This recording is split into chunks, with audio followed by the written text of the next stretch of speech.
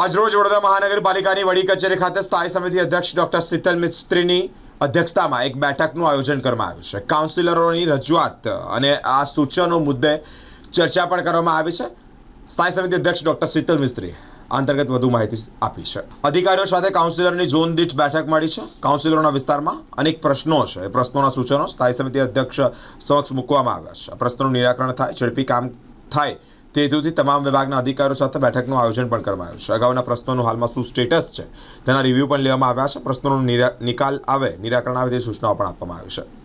અમિતનગર બ્રિજની નીચે જે ગેરકાયદેસર રીતે લોકો વસી રહ્યા છે એમને યુસીડી વિભાગ દ્વારા પ્રોપર જગ્યાએ શિફ્ટ સેન્ટર હાઉસમાં શિફ્ટ કરવા માટેની કામગીરી માટે સૂચના આપવામાં આવી છે.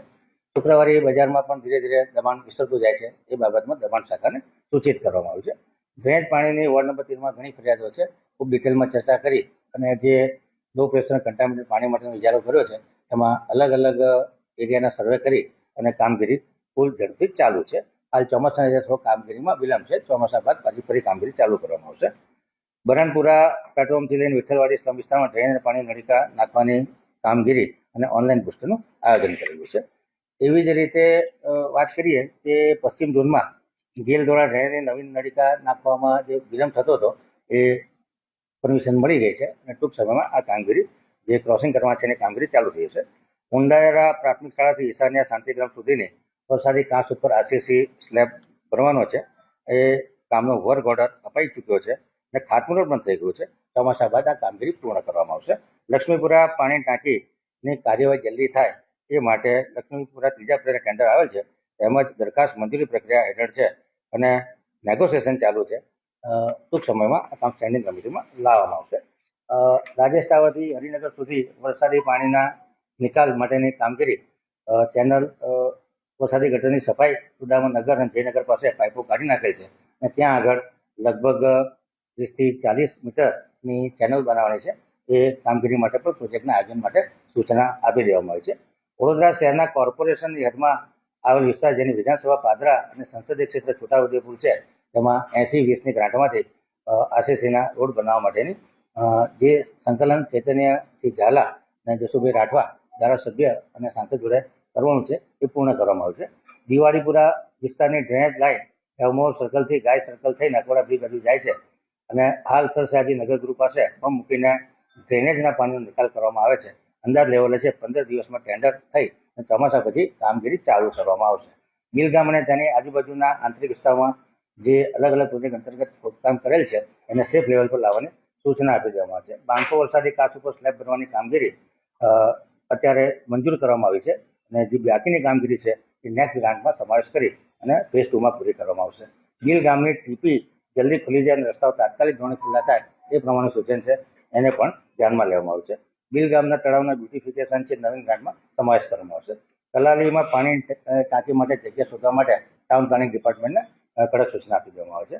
પરશુરામ ભઠ્ઠાની કલવટની કામગીરી જે રેલવેની હદમાં છે એના માટે રેલવેને લેટર લખી દેવામાં આવે છે અને બીજી કલવટ આવનાર ગ્રાન્ટમાં સમાવેશ કરવામાં આવશે. અટલાદા તળાવથી ટ્રાન્સપેક્ટ સુધીની વરસાદી લાઇનની જે કામગીરી અધૂરી છે એ 12 માસમાં ચોમાસા સિવાય પૂરી કરવાની છે. 1175 મીટર લંબાઈની કામગીરી પૂર્ણ કરવામાં આવે છે. બાકીની 155 મીટરની લંબાઈ ચોમાસા બાદ પૂર્ણ કરવામાં આવશે. અકોડા ગાયા સર્કલથી મુજમોડા સુધીની ડ્રેનેજ લાઇનની કામગીરી વરસાદ સમયમાં બંધ કરાવી ડમી મારવાથી ડ્રેનેજ ચોક અને ગંદા પાણીની સમસ્યા વધી છે એને પણ ધ્યાનમાં લેવામાં આવી છે. પૂર્વ ઝોનમાં પણ જે પ્રકારના લાંબા ગાળાના આયોજન છે પાણી માટેના એ 3 થી 4 બુસ્ટરો મંજૂર કર્યા છે. ઓવરહેડ પાણીની ટાંકી મંજૂર કરી છે.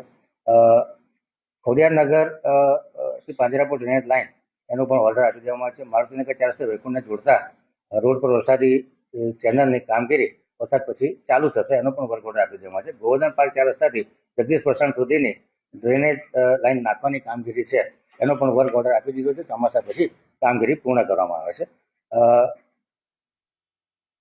પાંજરાપોળથી ગોલ્ડન ચોકડી સુધી પાણીના નેટવર્ક માટેનું સૂચન છે જેનું હાલ કોઈ આયોજન નથી પણ ભવિષ્યમાં આ આયોજન વિશે વિચારણા કરવામાં આવશે.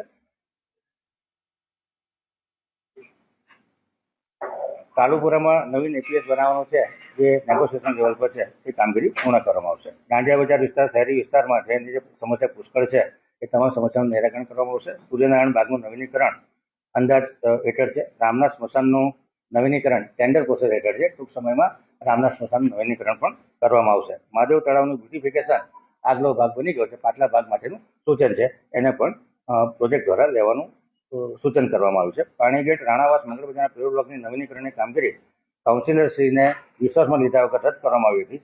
એ ખરેખર કામ આવ્યું જ નથી, પરંતુ ફરી એની સૂચન મંગાવી અને કામગીરી કરવાની સૂચના આપવામાં આવી છે.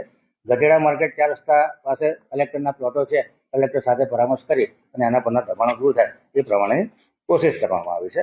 સદસ્ય તળાવના બ્યુટિફિકેશન આગામી ગ્રાન્ટમાં સમાવેશ કરી અને પૂર્ણ કરવામાં આવશે.